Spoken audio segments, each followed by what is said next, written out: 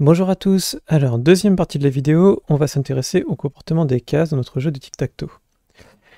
Alors, première chose, il va falloir créer au moins deux variables. La première c'est l'identité du joueur, ce sera joueur 1 ou joueur 2, et au démarrage il faudra réinitialiser à joueur 1.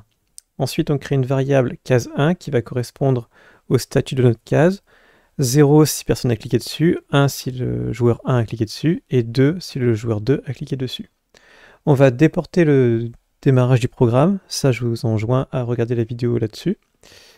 Et puis on va voir ce qu'il y a dedans. Alors, première chose pour le sprite, pour le chat. Donc quand le drapeau vert est cliqué, on montre le chat et on va dire que on va commencer le jeu. Quand ce sprite est cliqué, on met le démarrage, donc l'identité du joueur c'est le numéro 1. On envoie à tous les autres sprites le fait que c'est le début de partie. Ça l'envoie lui-même, du coup il va aller se cacher quand on reçoit le début de partie. Et quand on reçoit la fin de partie, il se remontre et il va simplement dire bravo. Voilà. Pour l'instant, il n'y a strictement aucune condition de victoire là-dedans. Pour le bouton numéro 1, c'est beaucoup plus tricky. Il y a en fait trois costumes. Le costume 0, vide, le costume joueur 1 pour la coche verte, et le costume joueur 2 pour la croix rouge. Vous pouvez mettre le costume que vous voulez, ça n'a absolument aucune importance. Dessiner juste une case pour le costume vide, ça fait quand même beaucoup plus joli. Alors, dans le code, quand le drapeau vert est cliqué, on pourrait aussi mettre quand on reçoit le début, on va se cacher et on initialise la case. Par exemple, ça, je peux très bien le déplacer là, il n'y a pas de souci, c'est tout aussi bien. Quand je reçois début du programme, j'initialise la case 1 à 0, forcément, personne n'a commencé à jouer. Je bascule sur le costume joueur 0, et puis je vais me positionner. Alors j'ai mis moins 80, plus 80, c'est pour avoir la case en haut à gauche, et réussir à avoir des cases bien espacées.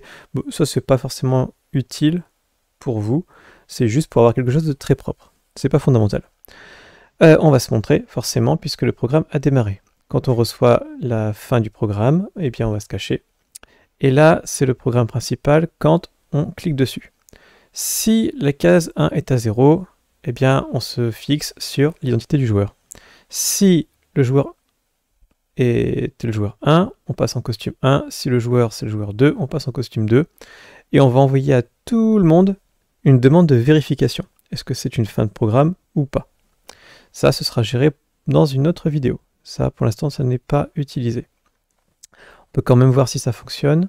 Quand on appuie sur le drapeau vert, cliquez sur moi. La case est là. Voilà. Et tiens, j'ai beau appuyer dessus, elle ne passe pas rouge. Pourquoi? C'est une sécurité dans le programme.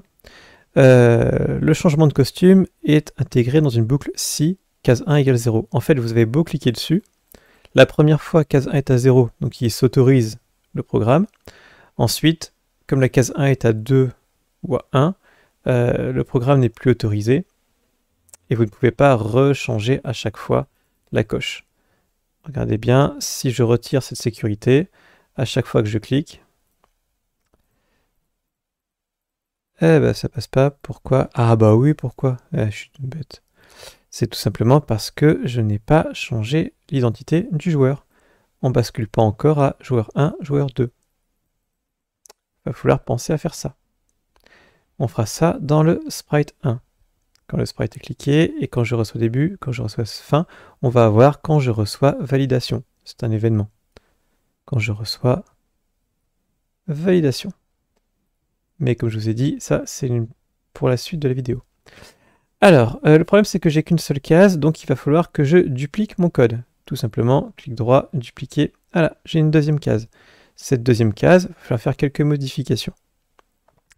La première, c'est remettre à la bonne place. Donc moi j'avais mis moins 80, 80.